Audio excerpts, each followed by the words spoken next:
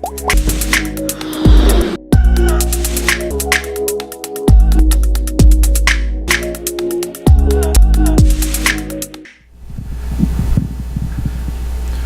día a todas y a todos. Me da mucho gusto estar con ustedes. Agradezco la invitación que hace Vínculo TIC a un servidor para poder compartir todo lo que ha sido la experiencia en el Instituto Nacional Electoral. Ya hemos escuchado las pláticas por parte de Darío respecto a la estrategia digital, respecto a todo lo que es la política TIC a nivel federal. En este sentido, pues también el contexto del Instituto Nacional Electoral es bajo la situación de un organismo autónomo, un organismo que finalmente bajo la Constitución le da atribuciones para poder llevar a cabo diversas funciones. Ya comentaba básicamente cuáles son mi experiencia a lo largo del Instituto Nacional Electoral, del Instituto Federal Electoral. Aquí dejo los datos para que ustedes puedan contactarme en cualquier momento, haciendo uso de las tecnologías, el QR que pueden, además de utilizar su teléfono para el Pokémon, pueden escanear básicamente los códigos para poder tener la información, lo que nos da la ventaja de la tecnología. Creo que para poder entrar en contexto de lo que es la parte informática de las políticas TIC en el Instituto Nacional Electoral, hay que entender qué hace el INE. Y bueno, el INE tiene muchas funciones. De hecho, es una institución relativamente joven en cuanto a su nombre, ¿sí?, pero no relativamente joven en cuanto a sus funciones. El Instituto Nacional Electoral tiene atribuciones que en dado momento tenía el Instituto Federal Electoral. De hecho, organizamos elecciones, llevamos a cabo toda la credencialización de los ciudadanos. En este caso también estamos llevando a cabo todo lo que es la organización con los organismos públicos locales, lo que es el seguimiento a candidatos, la capacitación ciudadana, la educación cívica, lo que es administración de los tiempos del Estado. Hay una serie de funciones que tiene el INE. ¿Qué fue lo que sucedió básicamente con el IFE?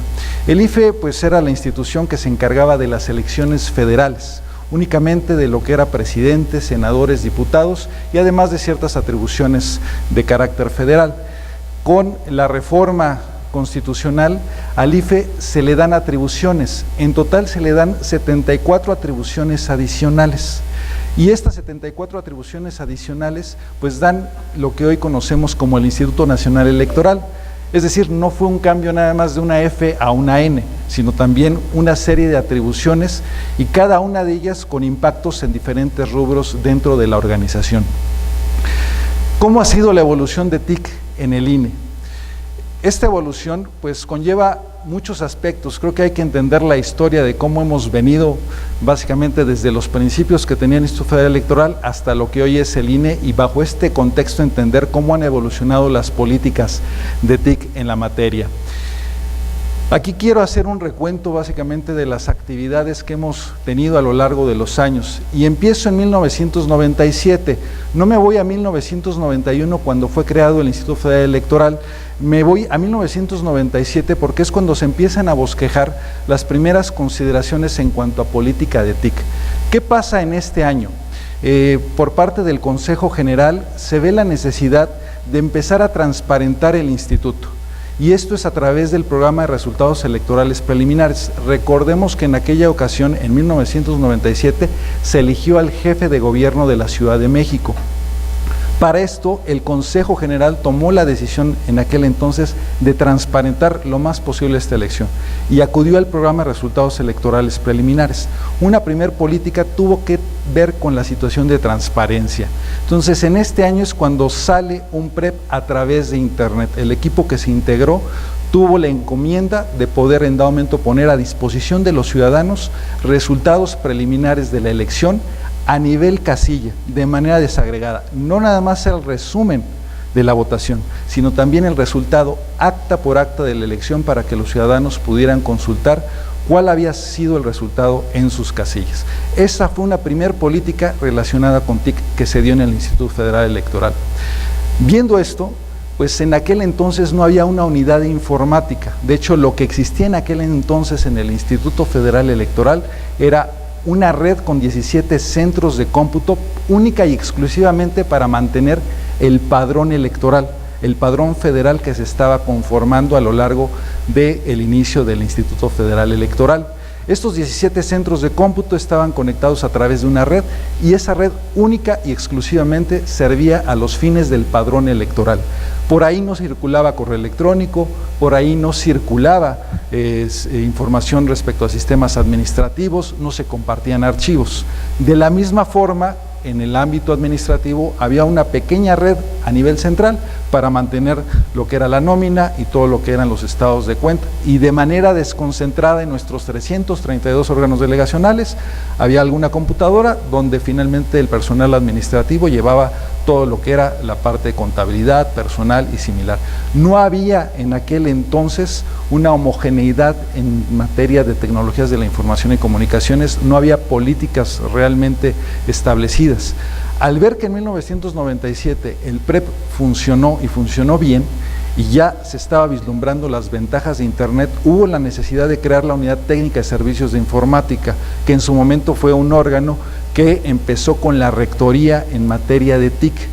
Efectivamente, pues hubo que romper con diversas inercias, porque había áreas ya de TIC, había personas que en dado momento manejaban algunos sistemas, y al ver esta unidad dijeron, si ya estoy haciendo las cosas bien, ¿para qué me traen a alguien más? Entonces hubo que hacer una primera labor de rectoría, de empezar a tratar de integrar a todas las áreas, todos los esfuerzos que había en materia de TIC. Entonces se crea esta unidad en 1998 también con vistas a la elección del 2000, la elección presidencial. En el 2000 lo que se hace por primera vez en el Instituto Federal Electoral es poner una red nacional de informática, dadas las virtudes que se dio en cuanto a la red local que se puso en oficinas centrales. Entonces se da la encomienda a esta unidad de establecer una red informática a nivel nacional. Y estoy hablando de tecnologías vía módem, frame relay, que bueno, ahorita ya no son pensables en la actualidad, y también establecer los primeros sistemas informáticos, sistemas para poder dar seguimiento a la jornada electoral, para poder llevar todo el seguimiento al proceso electoral. Un proceso electoral generalmente empieza en octubre y termina cuando el tribunal da la última definición respecto a los cargos de elección que se están o se concursaron. Un proceso electoral conlleva muchísimas actividades, desde el registro de observadores electorales, lo que es el reclutamiento de personal de apoyo para poder llevar a cabo la capacitación ciudadana.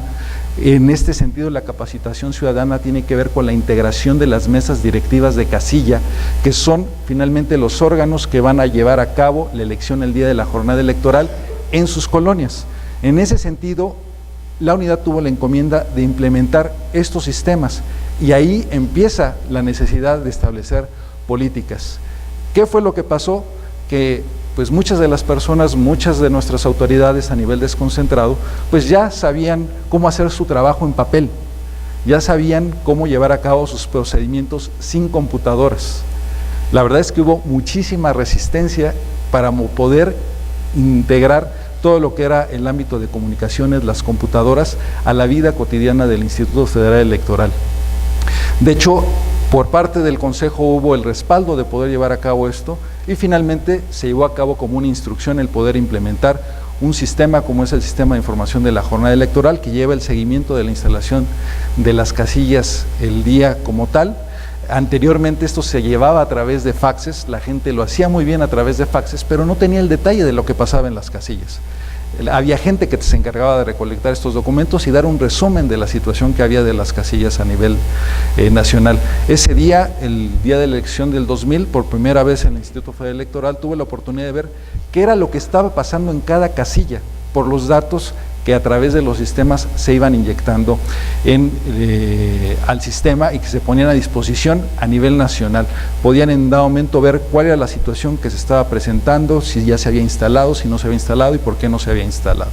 Entonces, aquí también hubo la necesidad de poner las primeras políticas en materia de TIC, empezar a regular los servicios, empezar a decir cómo se iban a utilizar y de alguna manera el crecimiento que se iba a dar en la materia. Algo muy importante es que las políticas de TIC en el Instituto Federal Electoral, por las características propias de la institución, se han dado en un marco en el cual el legislativo a veces nos pone la pauta. Recordemos la elección del 2006, que fue una elección bastante cerrada, donde hubo mucha polémica respecto a la situación de los resultados electorales. respecto a los procedimientos que se llevaban a cabo. Fue la primera vez que el PREP tuvo una visibilidad tan grande con respecto a años anteriores. El programa de resultados electorales en el 2000 no tuvo tanta relevancia porque en aquel entonces el presidente de la República pues dio como ganador a Vicente Fox, lo cual le quitó mucha presión a los sistemas informáticos que había de resultados. Entonces, después de las condiciones que se dieron en el 2006, vino una reforma electoral, y esta reforma electoral vino a establecer aspectos relacionados con el modelo de comunicación política, lo que tiene que ver, por ejemplo, con la transmisión de los spots en radio y televisión, la forma en que se llevan a cabo estas actividades, la forma en que se hacen los pagos a las empresas, a las televisoras. Esta reforma como tal, además de ver los aspectos de los resultados, de los sistemas que se utilizaban en el Instituto Federal Electoral, también vino a establecer políticas en materia de TIC al decir, instituto, ahora vas a hacer un sistema que se encargue de la administración de los tiempos del Estado. La reforma del 2007 dictó al Instituto Federal Electoral que tenía que pautar a todos los concesionarios de radio y televisión. Aquí el Instituto Federal de Telecomunicaciones, que también nos acompañará, pues tendrá el conocimiento a través de lo que fue la COFETEL, de las pláticas que se tuvieron en su momento para poder llevar a cabo este padrón de concesionarios, y en este sentido establecer un sistema de administración de los tiempos del Estado. Aquí el instituto no estableció políticas de TIC en la materia. El legislador le dijo, tienes que hacer esto. Inclusive una política muy básica que nos estableció el legislador es, tú no vas a delegar esto a un tercero. Tú para esto no puedes contratar el servicio. Tú lo vas a hacer, vas a tener tu propia infraestructura y tú la vas a operar. Y esto ha sido alguna forma de rutina que hemos tenido en el Instituto Federal Electoral y hoy en el Instituto Nacional Electoral en el ámbito legislativo, de que muchos aspectos, muchos procesos que dependen de sistemas se han venido regulando a través de la ley, a través de la norma legislativa, por la transparencia, por la presencia que hay del Instituto Nacional Electoral en la vida pública, en la vida política. Entonces, en 2009 se pone un sistema de administración de los tiempos del Estado que viene a regular a concesionarios. Es una política de alguna manera establecida en norma, que también a los concesionarios de radio y televisión pues les viene a cambiar la vida en el manejo de la información, y esto ya es una interacción no al interior del instituto, sino es una interacción con terceros. En 2012 lo que llevamos a cabo es, como una parte de las políticas y viendo la situación de la racionalización y la eficiencia de la operación del instituto, es cambiar de un sistema distribuido a un sistema centralizado. De hecho, cuando implementamos la red en el 2000, cuando implementamos los sistemas en el 2000, dentro de las políticas establecimos que lo que teníamos que procurar era la disponibilidad del servicio hacia los usuarios. Y en aquel entonces los enlaces de comunicaciones pues no eran muy grandes para poder transmitir los datos que se necesitaban para poder llevar a cabo el seguimiento de la operación institucional, la operación de los módulos de atención ciudadana. En este sentido, lo que se estableció es que, dado que las telecomunicaciones tuvieron un gran avance, se determinó cambiar de un esquema distribuido donde teníamos servidores en cada uno de nuestros órganos delegacionales. Estoy hablando de 332 órganos delegacionales, en cada uno de ellos un servidor, donde el personal ahí capturaba, ahí consultaba la información y hacíamos una consolidación de todos los datos, ¿sí?, para poder de alguna manera tener reportes centrales, y esta consolidación se hacía de manera periódica, una vez al día, una vez a la semana, dependiendo de la disponibilidad. Esto conllevaba ciertas situaciones en oportunidad de la información. Al tener este tipo de esquemas, al pasar a sistemas centralizados, pues nosotros lo que vimos era la necesidad de poder en dado momento tener mayor control, dado que teníamos una distribución muy grande y que también teníamos que estar haciendo erogaciones bastante considerables cada 3 años en infraestructura de procesamiento, de almacenamiento, en 332 minicentros de cómputo. Vimos la necesidad de ir consolidando toda esta infraestructura, y por eso es que pasamos de sistemas descentralizados a sistemas completamente centralizados, aprovechando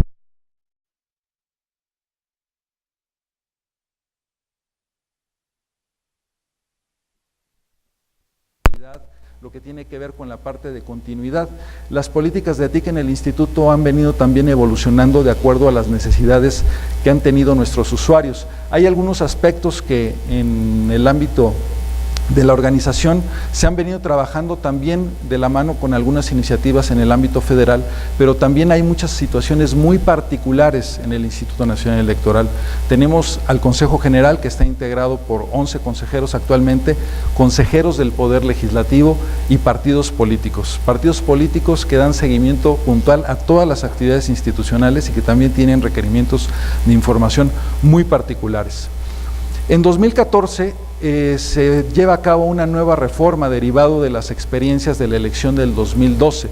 Esta reforma trae consigo la creación del Instituto Nacional Electoral, pasar del IFE al INE como tal.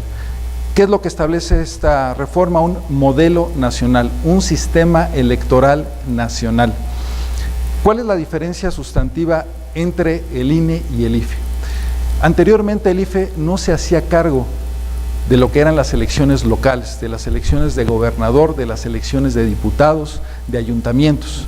Esto era una función específica de los institutos estatales locales, institutos que tenían su propia infraestructura, su propia estructura orgánica, con áreas de TIC, con áreas administrativas y de forma muy variada. Dadas las situaciones que se presentaron en 2012, sobre todo hubo cuestionamientos, por ejemplo, de los programas de resultados electorales preliminares, de algunas otras funciones llevadas a cabo por los organismos públicos locales. Entonces los legisladores tuvieron en dado momento la decisión de volver al IFE, un Instituto Nacional Electoral, que de alguna manera rigiera la actividad de los institutos estatales, a quienes denominó organismos públicos locales, que es lo que encontrarán ya en la jerga actualmente, bajo el conocimiento de los institutos estatales. Y en ese mismo año nosotros lo que empezamos a implantar, derivado de una revisión, fue el sistema de gestión de TIC, que le conocemos al interior como SIGETIC. Esto es el símil a lo que en la Administración Pública Federal se conoce como el MACTIC, que ya Darío nos estaba dando cuenta de cuál es el estatus que tienen actualmente. Nosotros creamos un sistema de gestión basado en la experiencia del MACTIC, ¿sí?, pero también con las particularidades que tenemos al interior de la institución. No es la misma forma de organización, no es la misma forma en cuanto a se llevan a cabo los procedimientos administrativos y en cuanto a las atribuciones que se tienen básicamente por ley. Entonces nosotros lo que hicimos fue generar un sistema de gestión que se compone actualmente de 8 grandes grupos divididos en 29 procesos bajo un esquema de administración por procesos. Este sistema de gestión fue apoyado por el órgano de control interno. De hecho, por parte de la unidad de informática nosotros estuvimos viendo la necesidad de tener un sistema que estuviera basado en la administración por procesos, pero finalmente nosotros no podíamos de alguna manera llevar este lenguaje hacia nuestras autoridades, porque nuestras autoridades tenían un perfil un poco más político que gerencial. En este sentido, gracias también a las observaciones del órgano interno de control, a ver la eficiencia del instituto, es que se determinó construir este sistema de gestión basado, reitero, en el MACTIC, y a partir de ese entonces nosotros hemos ido avanzando en la implementación de este sistema, que en sí ya es un conjunto de políticas en materia de TIC, políticas que tienen que ver con el soporte, con la gobernabilidad, con la operación, con la capacitación, con el desarrollo de sistemas, y en este sentido pues el sistema nos ha servido para poder empezar a administrar la demanda. ¿Qué es lo que ha sucedido también con el sistema de gestión? Dado que no existían formatos antes de la implementación de este sistema, no existía de alguna manera reglas para poder llevar a cabo un desarrollo de sistemas o en dado momento llevar a cabo todo lo que es la operación, reglas claras. Lo que sucedió con algunas áreas que gestionan TIC, la unidad no es la única que tiene a su cargo TIC, hay también otras áreas, es que lo empezaron a ver como burocracia. Y esto llega a suceder con todos los sistemas de administración por procesos, porque cuando finalmente no existe una regla y le pones una regla, pues la naturaleza nos da a entender que viene la burocracia. Y realmente, pues no es burocracia. aquí nosotros tenemos que también cambiar el lenguaje hacia los usuarios, cambiar el lenguaje hacia los equipos que gestionan TIC y darles claridad sobre las ventajas de implementar estos sistemas de administración por procesos. Esto nos ayudó mucho porque anteriormente las áreas solicitaban sistemas, ¿sí?, sin realmente tener claridad de qué era lo que querían. En algunas ocasiones nosotros nos sentábamos con ellas y lo que sucedía es que veíamos su proceso, que no estaba optimizado, y lo que resultaba es que querían un sistema, pero para sistematizar el caos. O sea, básicamente querían pasar sus formatos de papel a una pantalla en computadora, con los mismos campos, con las mismas actividades, imprimiendo los formatos nuevamente una vez que se llenaban en computadora. Entonces nosotros, a través de este sistema de gestión y al empezar a hacer un levantamiento formal de los servicios, empezar a orientar al usuario de cuál era el alcance, cuáles iban a ser los beneficios, qué es lo que iba a optimizar, es que empezamos a poder cambiar la cultura al interior de la institución con nuestros usuarios para que pudieran aterrizar claramente sus necesidades, ver que efectivamente el sistema iba a tener beneficios en la operación y en este sentido poder empezar a avanzar. No quiero decir que es algo ya concluido, esto va evolucionando y de hecho actualmente en nuestro portafolio de servicios, que es algo que se desprende de este sistema de gestión, tenemos alrededor de 170 servicios que se agrupan en diferentes componentes. Un sistema como es el del Registro Federal de Electores, el padrón electoral, tiene alrededor de unos 40 servicios asociados, relacionados con la depuración, relacionados con la atención ciudadana, relacionados con lo que es la verificación muestral, relacionados con la distritación. Entonces, en ese sentido, pues sí, son muchos servicios asociados a sistemas, que en este caso a través de un portafolio de servicios, donde nosotros ya tenemos la claridad de cuál es el alcance del servicio, cuáles son sus componentes, cuál es el impacto del servicio, cuál es la infraestructura asociada, pues podemos tener una ruta de monitoreo, de evaluación y en su caso también de planeación de lo que se debe hacer, considerando también los momentos y los tiempos presupuestales. En este sentido también nosotros hemos venido avanzando en este sistema de gestión de tecnologías de la información y comunicaciones en un modelo de madurez y partiendo de que no teníamos en su momento sistemas administrados, no teníamos sistemas documentados o procesos documentados. Empezamos en algunos procesos desde cero, desde reconocer que no estaba la documentación o que no había claridad en qué partes tenía cada uno de los procesos. Y a partir de ahí empezamos a construir, empezamos a hacer una matriz donde nosotros dijimos, a ver, este proceso en lo que tiene que ver con gobernabilidad, tiene estos componentes, qué es lo que se hace, qué es lo que no se hace, ok, bajo esos rubros estamos en un nivel N de madurez y tenemos básicamente una estructura que nos marca el sistema de 5 o 6 niveles de madurez que nos permiten evaluación tras evaluación ir viendo cómo vamos avanzando, qué hay que corregir, qué hay que mejorar. Entonces esto es lo que nos ha dado la pauta para poder empezar a de alguna manera establecer políticas más claras hacia los servicios. Nosotros todavía estamos en un proceso de, a partir de ya tener procedimientos, de tener procesos, poder tener una actualización de las políticas de servicio hacia los usuarios, porque no es lo mismo llevar un diagrama de procesos que se trabaja entre las áreas informáticas, entre las áreas técnicas, a lo que es un servicio hacia el usuario. Al usuario no le puedo hablar en diagramas, ya nos decía Darío que ellos trabajaron en infografías para poder concientizar. Nosotros también tenemos que hablarle al usuario en su lenguaje, en la forma en que procesan las cosas y ahí también hemos tenido nosotros una labor básicamente de internarnos claramente al lenguaje de nuestros usuarios. En 2015, el año pasado, a través de lo que fue la reforma, también hubo una situación particular.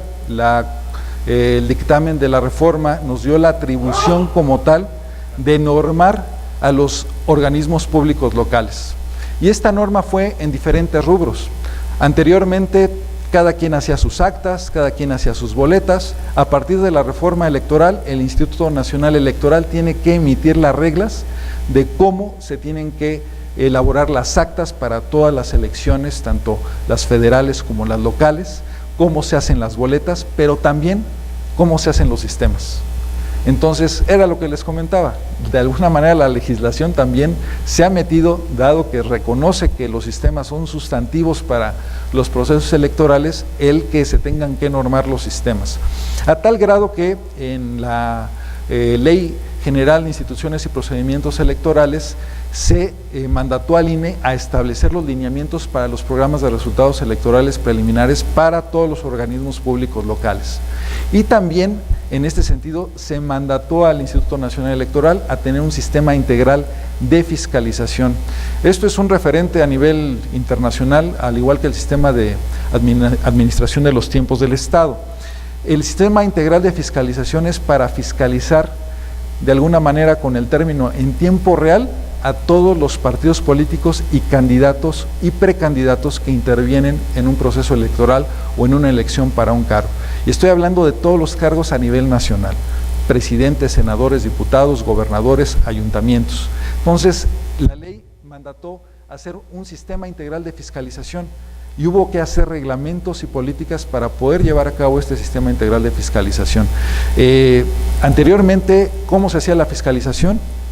Se llevaba a cabo la precampaña, se hacía la campaña, había gastos por parte de los candidatos, por parte de los partidos políticos, y estos gastos se reportaban posteriormente. Concluía la elección y posterior a esa elección, entonces entraba todo un equipo de auditoría a hacer la fiscalización de todos los gastos de estos sujetos obligados, como les llamamos.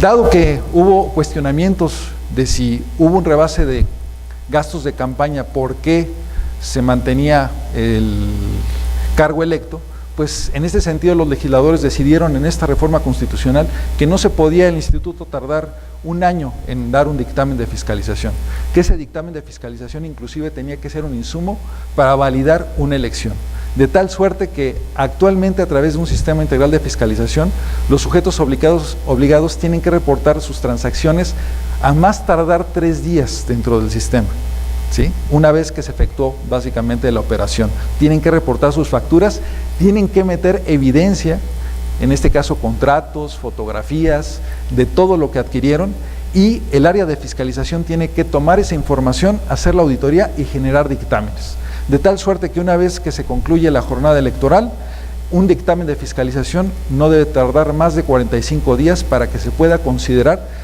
dentro de la ratificación del cargo de elección. Como tal, este sistema involucró generar muchos lineamientos, generó establecer una reglamentación que no se tenía en la materia, y en este sentido, pues también nosotros tener que adecuar políticas de TIC que no teníamos. Nuestras políticas de TIC estaban orientadas hacia los usuarios del Instituto Nacional Electoral, el personal interno del Instituto Nacional Electoral.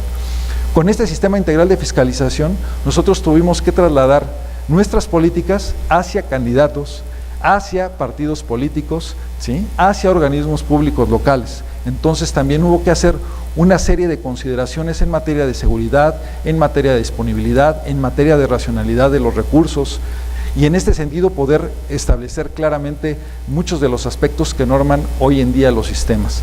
Casi todas nuestras políticas de TIC que tienen que ver con estos sistemas están contenidos en acuerdos de consejo, en decisiones que se toman a nivel del órgano colegiado, no en documentos específicos, sino inclusive a este nivel, porque los partidos políticos, los integrantes del consejo quieren ver claramente cómo va a operar un sistema, cuáles son las responsabilidades del usuario, cuáles son las responsabilidades de las áreas técnicas en la operación. Entonces, de esta manera es como también se han venido conformando parte de las políticas, parte del uso de las tecnologías de la información. Dado el sistema integral de fiscalización, también en 2016 se genera un sistema nacional del registro de candidatos. Con ese sistema conlleva también otro tipo de políticas. Actualmente, a través de este sistema y otro que es de proveedores, pues también estamos regulando a la iniciativa privada para poder venderle a los partidos políticos, para poder venderle a los candidatos. Entonces, estos módulos, estos componentes informáticos que de alguna manera han derivado de ley o de la necesidad que ha surgido de la aplicación de la ley, pues han conllevado a que nosotros tengamos que revisar constantemente las políticas en materia de TIC, pero también hacerlas muy flexibles y de alguna manera aprovechar para que puedan fluir, para que puedan fluir las actividades de la mejor manera. Tenemos que pensar en el usuario, tenemos que pensar en los tiempos que tiene para poder llevar a cabo sus actividades y que de alguna manera el uso de los sistemas sea oportuno, sopesando todas las partes de seguridad, funcionalidad, capacidad, continuidad. En 2016 también liberamos formalmente otro sistema que ya amplía la gama de usuarios que tenemos al respecto y que finalmente pues conlleva políticas muy específicas. Este es el servicio de verificación de datos de credenciales.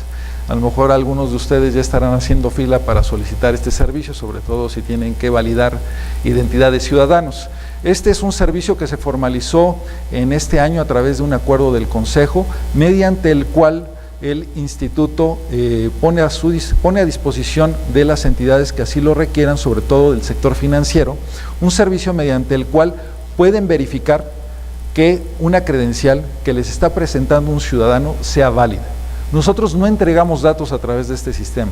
Lo que hace este sistema es que permite que la institución financiera capture los datos de la credencial que se le están presentando y el sistema le diga si existe o no existe esa credencial con todos los datos que se están capturando. Y esto pues, prácticamente es una política que se traslada como un beneficio de una inversión del Estado mexicano, una inversión de los mexicanos, que en este sentido tiene que guardar toda la confidencialidad necesaria por ser el padrón electoral, pero que también puede ser utilizada para poder en dado momento ratificar la identidad, sobre todo porque la credencial tiene ese valor agregado, el ser un documento de identidad. Se dice que inicialmente pues el principal objetivo de la credencial era votar, y el valor agregado era ser una identificación. Actualmente nosotros sabemos que el valor agregado de la credencial es votar y su principal uso es como identificación. Entonces, en este sentido, aprovechando las tecnologías, aprovechando lo que el instituto tenía a disposición y como una política de el mejor aprovechamiento de los recursos, es que se vio la necesidad de establecer estos pilotos con algunas instituciones financieras en una primera etapa y ya en el 2016 hacer la formalización de este servicio con ciertas condiciones para que se pueda utilizar. ¿Qué es lo que tenemos como retos para los siguientes años? En 2017 también la ley nos estableció que se tiene que implementar el voto electrónico para los mexicanos residentes en el extranjero. Esto se estaría haciendo por primera vez, pero la ley también estableció muchos requisitos que de alguna manera se tienen que cumplir y en este sentido pues se tienen que valorar para que un sistema pueda proceder. Aquí la política asociada a este servicio nos la está dando inclusive la misma ley. Consideramos que hay oportunidades de mejora en la ley y que se tiene que revisar para futuras implementaciones porque restringe muchos aspectos para poder hacer la implementación del voto electrónico para los mexicanos residentes en el extranjero.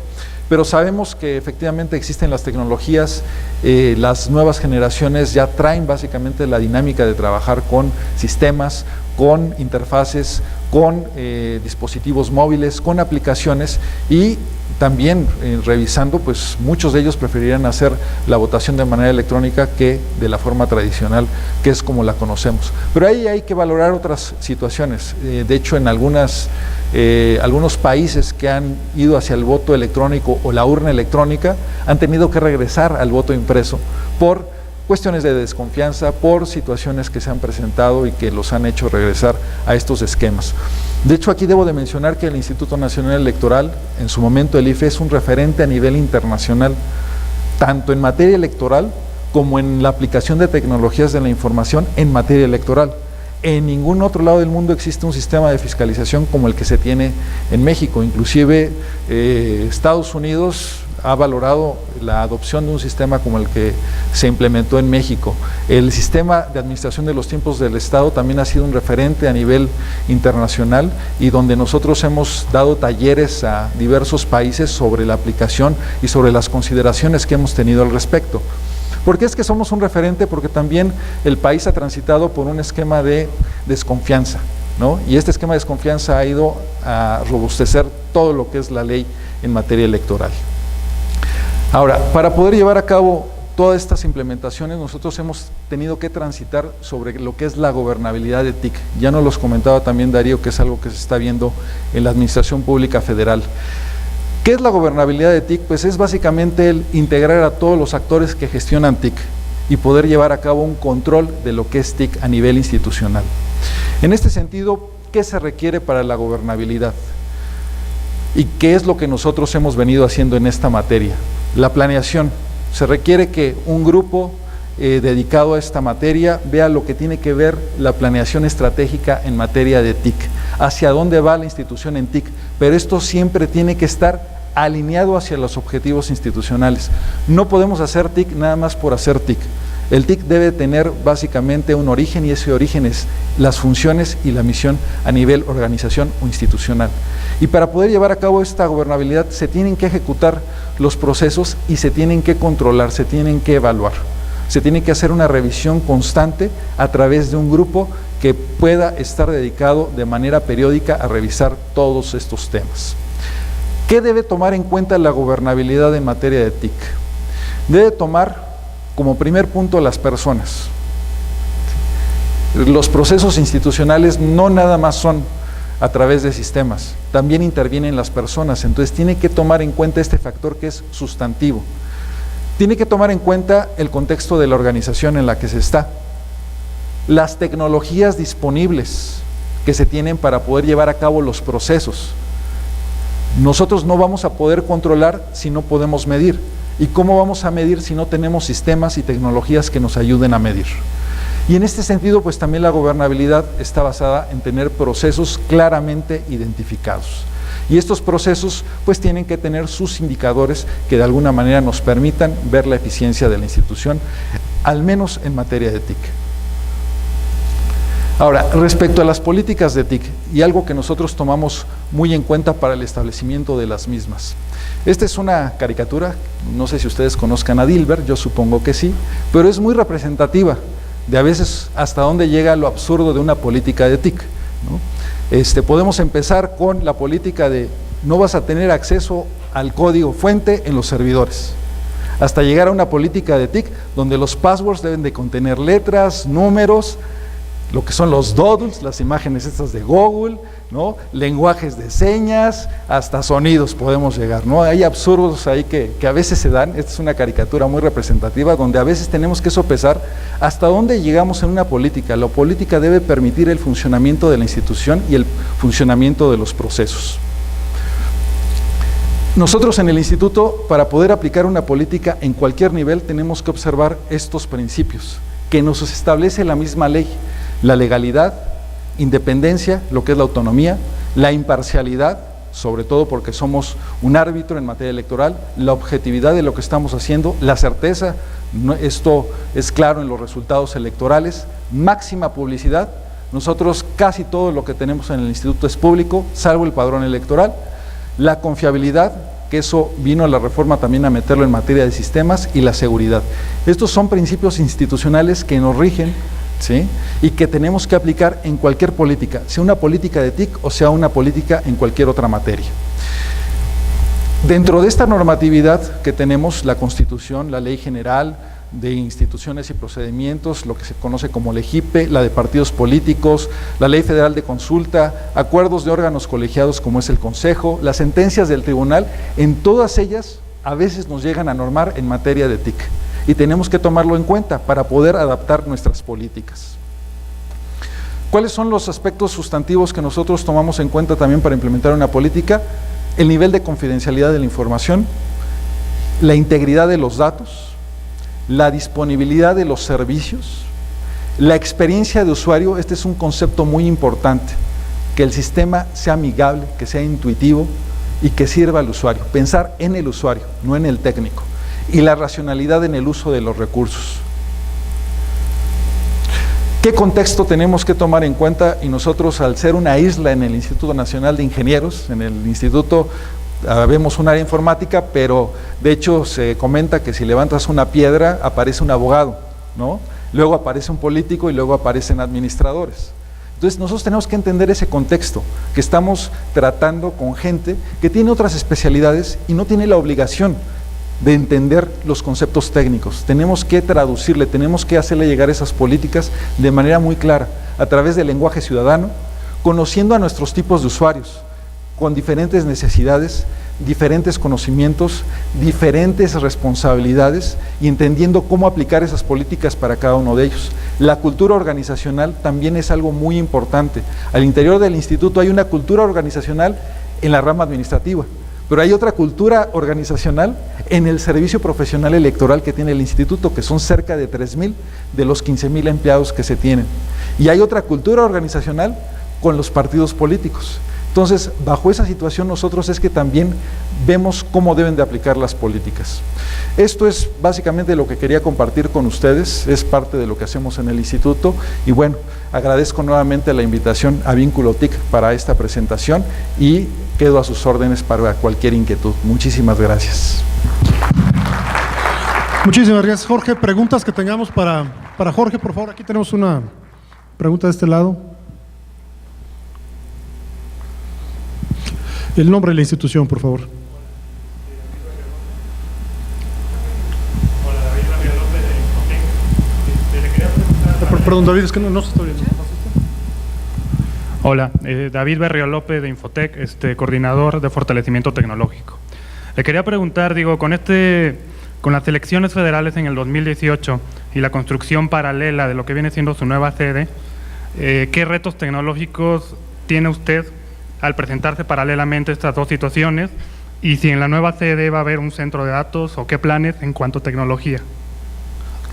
Muchas gracias.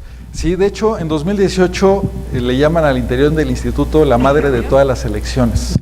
Vamos a tener la elección federal, obviamente la presidencial, senadores y diputados, pero como nunca antes concurren cerca de 29 entidades con elecciones, no se había tenido. Se acaba de tener una elección en Veracruz, donde el gobernador va a durar 2 años, porque de hecho lo que se está haciendo en el calendario electoral es tratar de tener todas las elecciones al mismo tiempo y empezar a quitar esas diferencias. ¿Qué es lo que implica? Que nosotros en 2015 tuvimos 14 elecciones, en 2016 tuvimos 3 elecciones locales, en 2015 fue la Federal de Diputados más estas 3 elecciones locales, donde el instituto tenía que supervisar. De hecho, nosotros emitimos reglamentos en materia de PREP, en materia de conteo rápido, donde los OPLES tuvieron que aplicarlo y nosotros darle supervisión. Pero dado que los OPLES no tienen infraestructura informática suficiente, estamos hablando que si el Instituto Nacional Electoral tiene una plantilla en su estructura, en TIC, en la unidad que está a mi cargo de 130 personas para poder atender todos estos sistemas, y hay algunas otras áreas informáticas para atender específicamente el padrón, por ejemplo. En el caso de los organismos públicos locales nos encontramos con áreas informáticas de 3 personas, ¿sí?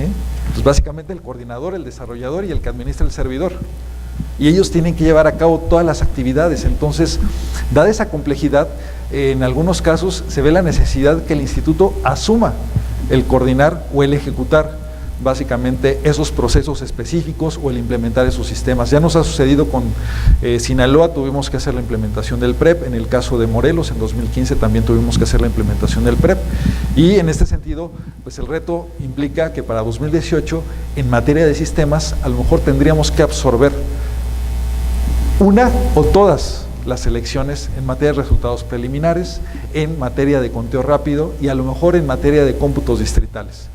Y cada elección conlleva una regla de cómputo distinta, una forma de presentación diferente, y precisamente nosotros estamos ahorita partiendo de todos los riesgos que tenemos para el 2018 y advirtiendo a nuestras autoridades en el sentido de que si se toma una decisión tiene que ser ahorita y tiene que considerarse en aspectos presupuestales y en aspectos de comunicación, porque aquí el PREP, por ejemplo, no es nada más un sistema. El PREP tiene muchas implicaciones logísticas, tiene muchas implicaciones de imagen, sobre todo por la certeza que debe de dar y la continuidad que debe de dar. También eso se refleja en conteo rápido, se refleja en cómputos distritales, que son cosas que todavía quedan del lado de los organismos públicos locales. Respecto a la construcción de la sede, esta nueva sede ahorita está la licitación para el proyecto ejecutivo, quien en dado momento va a elaborar los planos, los anexos técnicos, que en su momento se tendrán que licitar para ya hacer la construcción. En una primera etapa no llegaremos todavía al centro de cómputo de este nuevo inmueble. De hecho, nosotros tenemos un centro de cómputo en Pachuca para lo que es el padrón electoral, tenemos otro centro de cómputo aquí en la Ciudad de México, hay algunos centros de cómputo para algunos otros servicios muy específicos en diferentes inmuebles del área metropolitana, y uno de los principales centros de cómputo están en las oficinas centrales en Tlalpan. Entonces, lo que nosotros ahorita estamos haciendo es la integración de todos estos centros dentro del diseño que se va a hacer en un solo centro con el suficiente crecimiento y la suficiente capacidad. Aquí debo de aprovechar esta pregunta para lo siguiente. El instituto y sobre todo los actores políticos son muy celosos que un tercero administre los sistemas o implemente los sistemas. Cuando hablamos de esquemas de outsourcing, la verdad es que no es un lenguaje que se utilice mucho dentro del instituto, en esquemas de servicios terciados para poder tener un hosting, poder tener endowamento, servidores, aplicaciones terciadas o fábricas de software. Realmente muchas de las políticas, muchas de las decisiones que se toman en el seno del órgano colegiado es que el instituto se encargue directamente de los sistemas, adquiera la infraestructura, y el instituto, con personal contratado y coordinado por el propio instituto, se encargue del desarrollo de los sistemas.